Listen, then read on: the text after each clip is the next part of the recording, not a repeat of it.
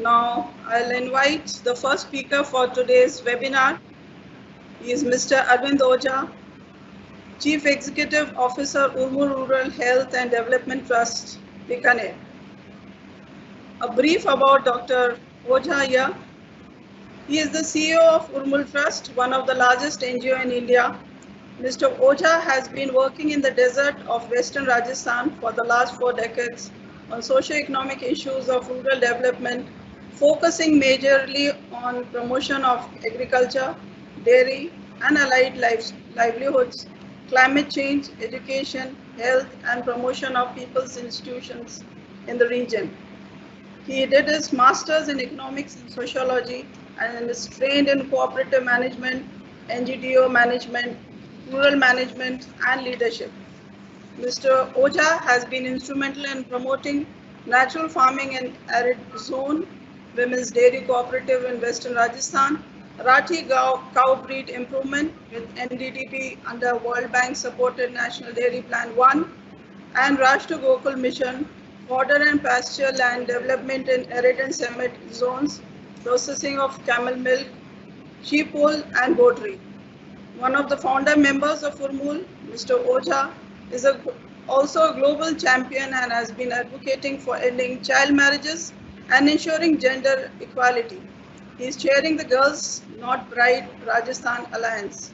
He has been the state advisor to National Commission for Protection of Child Rights, NCPCR India, member of State Committee on Geo NGO collaboration, and the Rajasthan State Crafts Council. He is also the executive member of many other development agencies such as Rajasthan Adult Education Society, Wani, Aravali. Mr. Ojha was pioneer in initiating and promoting rural tourism with a focus on community development in the Thar Desert. His concern for desert issues and advocacy urged him to promote a research-based initiative called Desert Resource Center. Mr. Arvind Ojha brings in over 40 years of sectoral experience, knowledge, and values.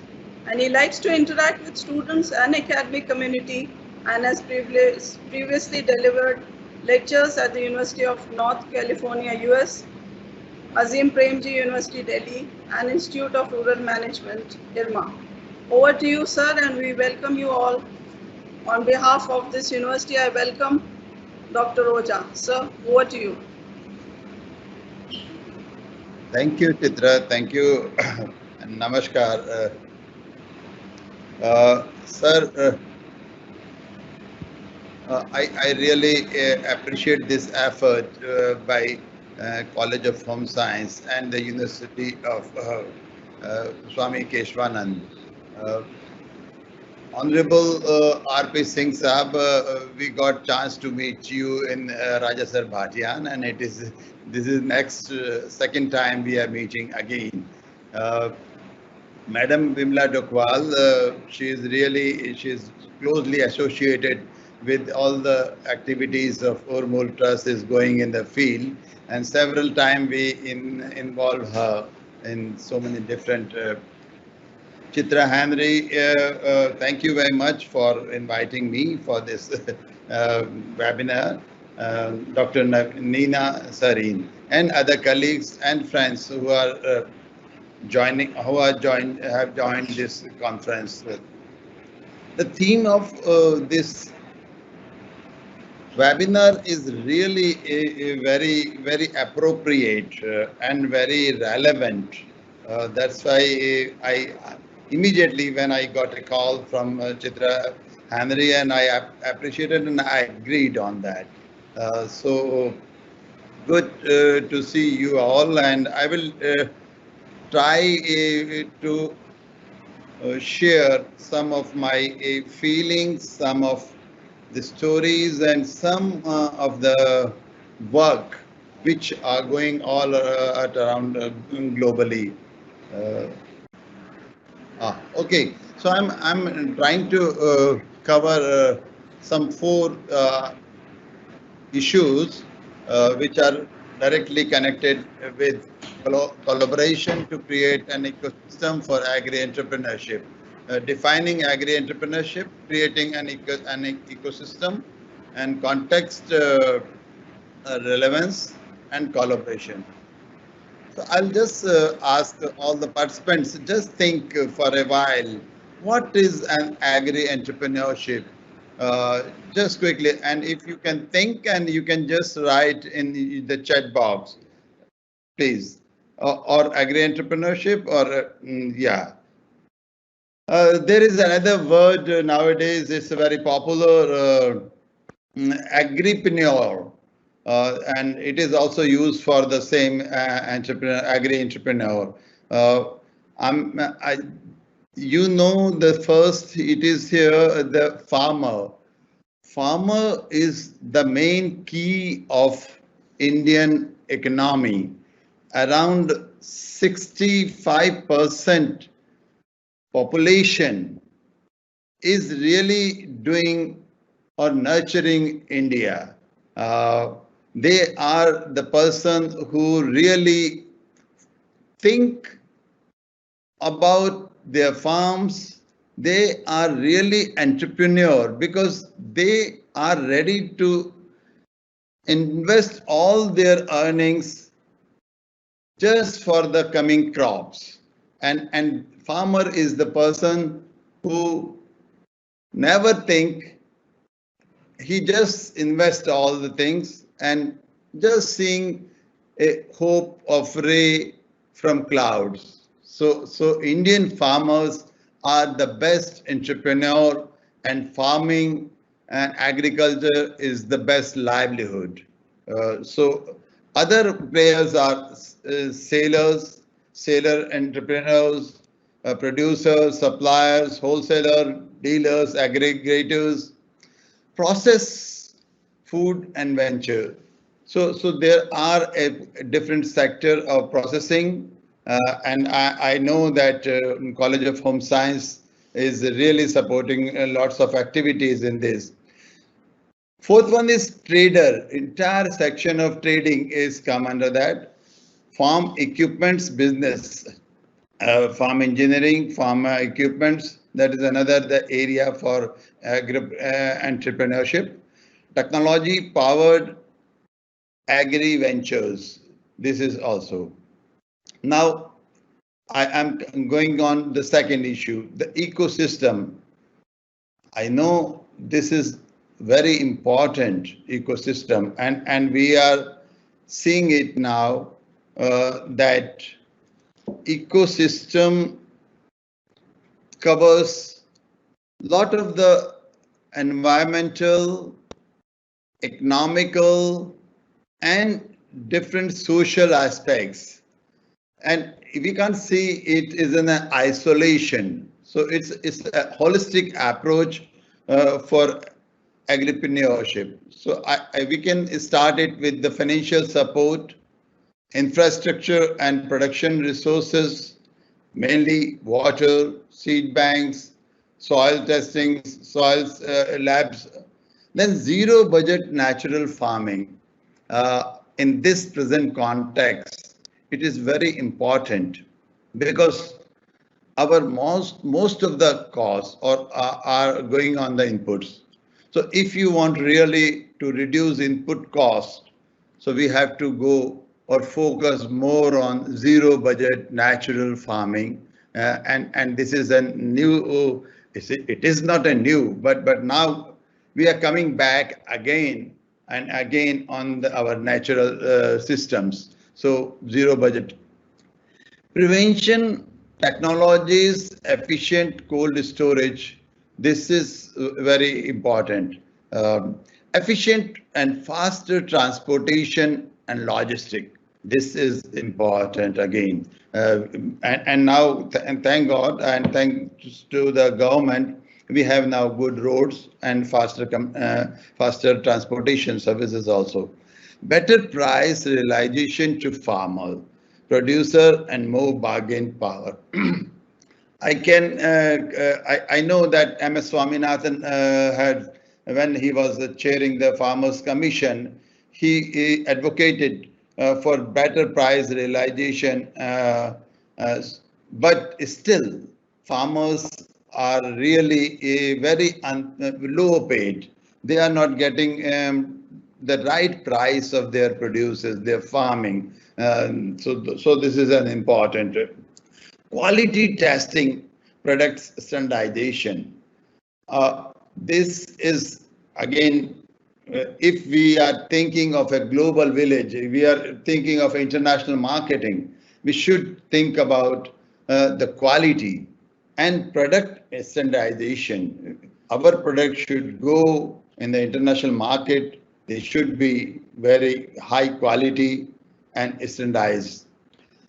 Then revolving funds and tax exemptions. I was listening that Chitraji was saying about the funds, finances, and it is very important. Uh, Removal of middleman.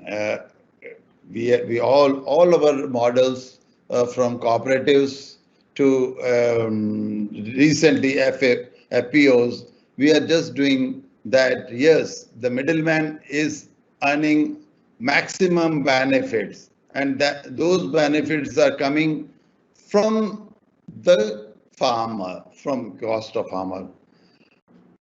What is the relevance of this discussion now? Why we are discussing this now? I think if you see the present context, it is very important. First is the COVID. Nobody has thought of it. Nobody, even the government, even the World Bank, even the WHO, nobody was known about it. But it is suddenly, it happened. And we all are suffering. Entire globe, entire world, every farmer is suffering. So that is really a very difficult, critical situation. Another is climate change. You all are agriculture experts. You all are agriculture experts, but we are seeing that how this climate change, global warming is affecting our farmers, our productivity. So that is another aspect for that. As Vice Chancellor Sir rightly said, vocal for local. And this really become a very high privilege, high priority point for us in this situation of lockdown. How we were not getting vegetables, and tons of vegetables were just rotting, and farmers were just throwing it on the roadside. What was that? Millions ton of tomatoes. Yeah. So that is, and we have to think for local, for vocal for local, and ultimately, as our Prime Minister raised this issue, and the government of India is now just focusing on Atmanirbhar Bharat. And when we think of Atmanirbharta, image of Mahatma Gandhi has come in our eyes. हम लोग सब जानते हैं. It was that person 150 years ago. He raised this issue, and fortunately, we are celebrating 150 years of Mahatma Gandhi's.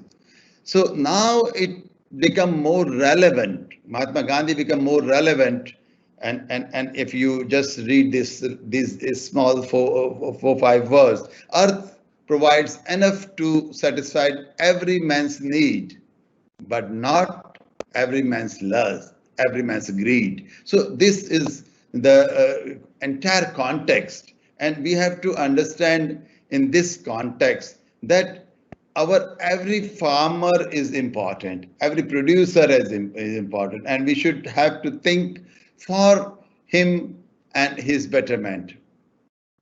Now, road to Atmanirbhar Bharat.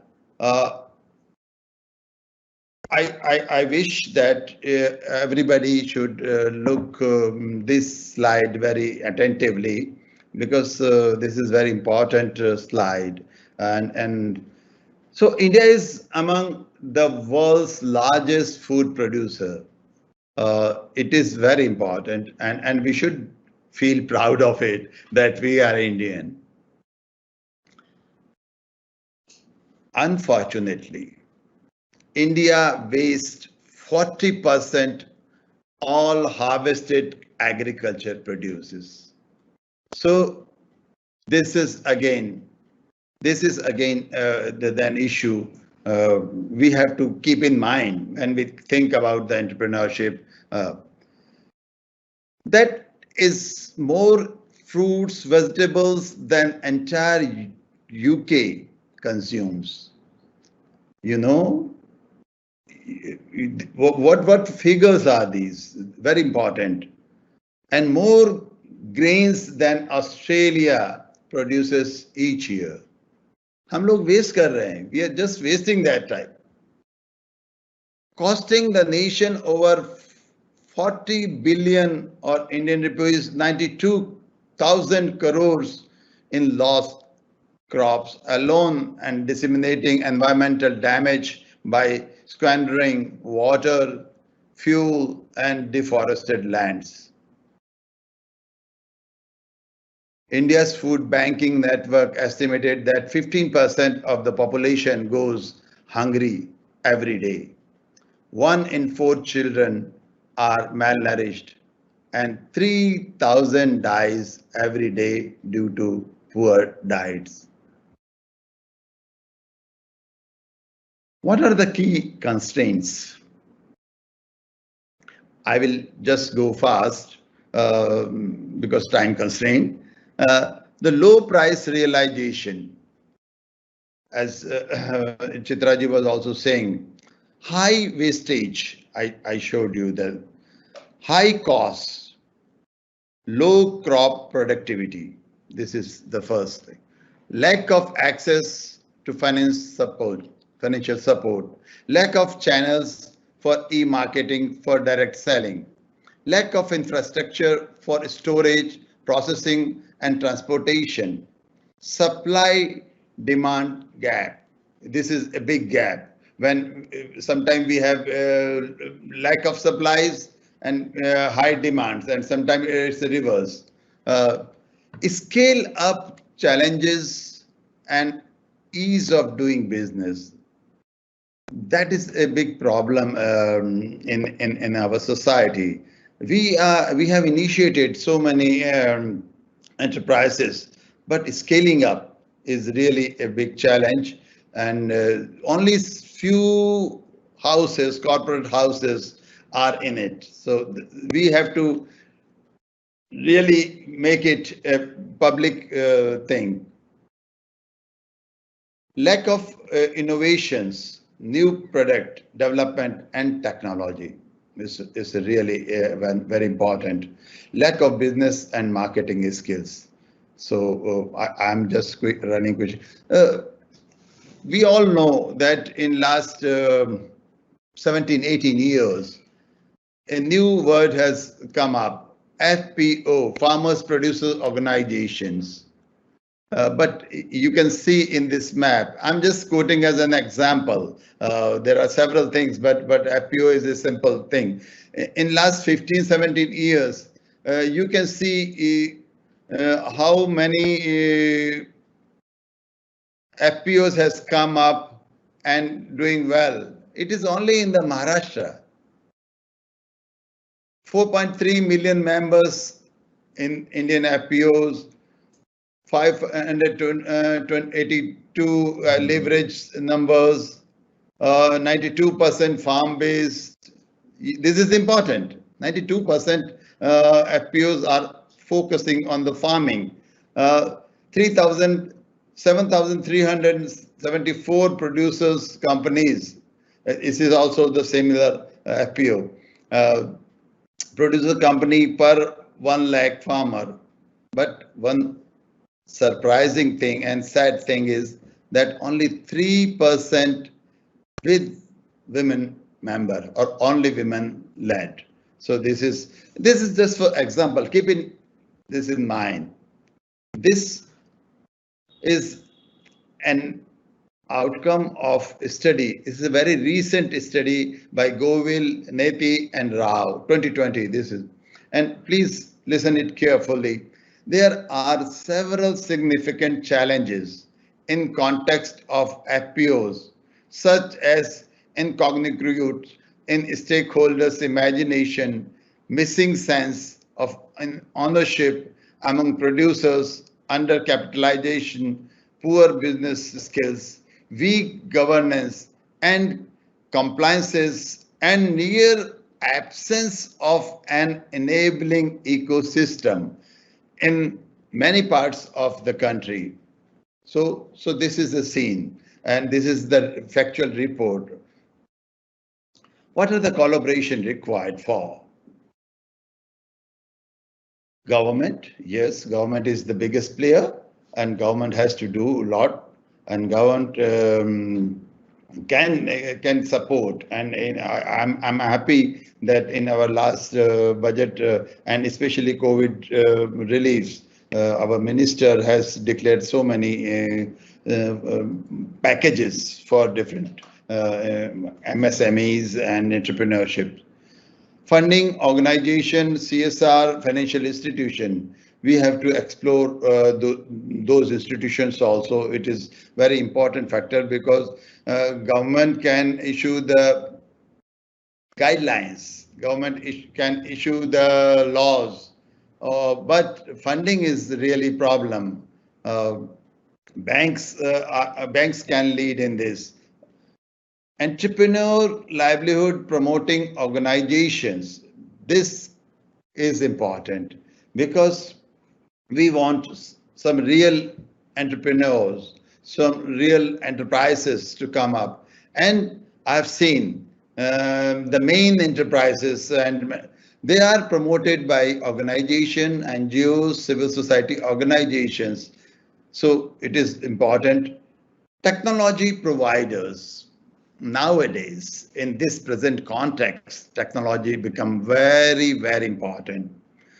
And last but not least, academic and research institutes, incubators like yours, like university, agriculture universities, and other institutions. So it is very important. Some collaboration examples I would like to, I know the time is really going fast. So incubators, when we say incubators, now institutions can incubate. And incubators can support creation of appropriate business and organization model. These incubators can be developed by academic and research institution. Academics like you people, curriculum to live, export and import. These may be the new, or maybe your institutions are running courses around these. Food and agri products, microfinance for agribusiness, international trade in agro products, e-commerce, e-NAM, and digital marketing. Third is storage infrastructure. This is important, and as I told you, that's how much we are wasting, and because of lack of storage facility. Oh, sorry. Yeah. Agripreneurs and the government can co-create storage facilities and use information technology to manage the supply chain to reduce wastage of the crops. Here I'm saying that government and entrepreneurs, they should come together for this, for making enough storage facilities. Farming techniques, agriculture universities are doing very well, but now they have to really think on that how we can tackle further the new ways to reduce our losses, wastages. Enterprises can use precision farming techniques to increase crop productivity. Technology and digitalization it is really important. Digital technologies. such as remote sensing. We have started, and I know Kazri is here, and your university is also using remote sensing. Geographic information system, GIS, can be improved. Farming productivity, minimize the farm wastage. So this is all. I just stop here. And if you have any questions, I'm really welcome those questions. And I wish that now we should think of three SMS government is sanitization, mask, and social distancing. Keep it and be healthy. Thank you very much. Over to Henry. Thanks, sir. Dr. Arvind Ojha has provided us very informative lecture on agri-entrepreneurship. As we all know that more than 70% of our population will live in the rural areas, and the main occupation of farmers is the agriculture and animal husbandry. So we have to give the more emphasis on the agri-entrepreneurship. Sir has given also the importance to the ecosystem in which we have to take care or infrastructure or production resources, zero budget, natural farming, transportation, marketing support channels, as well as the removal of the middleman. And sir has also covered the burning issues like COVID crisis, vocal for local, Atmanirbhar Bharat, and sir also suggested that government, NGOs, financial institutions, technology providers, research institutes, they should contribute in promoting the agripreneurship so that the farmers they get the maximum benefit. Thanks.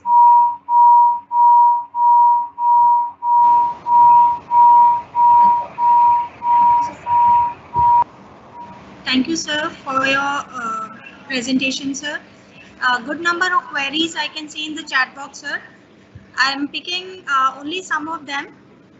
So the first question is, sir, are you hearing, sir? Is it audible, sir? Yes, I am. I can. The first question is, sir, most of the audience have asked this question.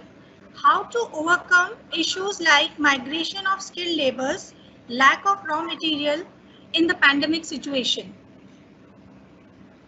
Yes, I think Vice Chancellor sir has raised this, and he said that the Prime Minister also said vocal for local, and if we can create much opportunities in their local area, they need not to migrate for livelihoods. And there are potential, there are lots of potential, but unfortunately our policies were really focused on urban area more. So every people really wish to go and earn more in the cities, urban cities, and not only urban, but in the metro cities, so Bombay or Delhi or so that is the really problem. So we have to create local opportunities. Yes, over. Yes, ma'am, over.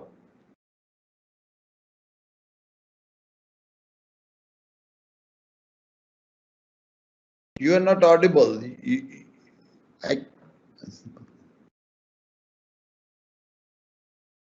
Hello? Am I audible, sir? Yes, now Thank you you, are. sir. Yes, now you are. Sir, the second question is zero budget farming is feasible in hilly parts of Arunachal or any other part of the country? Zero budget. It is not a similar pattern. In fact, it is a style of agriculture, and so many people are doing it in the Andhra and the some part of Andhra's hilly area, hilly terrain. They are doing it, so it is possible. It is possible because it do not need more inputs, and it can be done. But basically, it is not only agriculture, it is a mix of agriculture and livelihoods. So if you have some cow dung, manure, and that can be used as the pesticide or bio fertilizers. So that is mix. So it can be. And Mr. T. Ravi Kumar, T. Vijay Kumar, who was earlier national chairperson of NRLM, and he initiated it in the Andhra. And now we are also initiating this in Rajasthan. Our organization and our coalition with last week we had a conference with the advisor Arvind Mayaram with on this, and now in a big way Rajasthan is coming for this. But in hilly terrain, it is possible. Over. Thank you, sir. Thank you, sir. Thank you so much, sir. Over to Chitra, Thank you. ma'am. We are highly thankful to Mr. Arvind Ojha for this valuable reflections on a very, very important topic on collaboration to create an ecosystem for agri-entrepreneurship. Thank you very much, sir.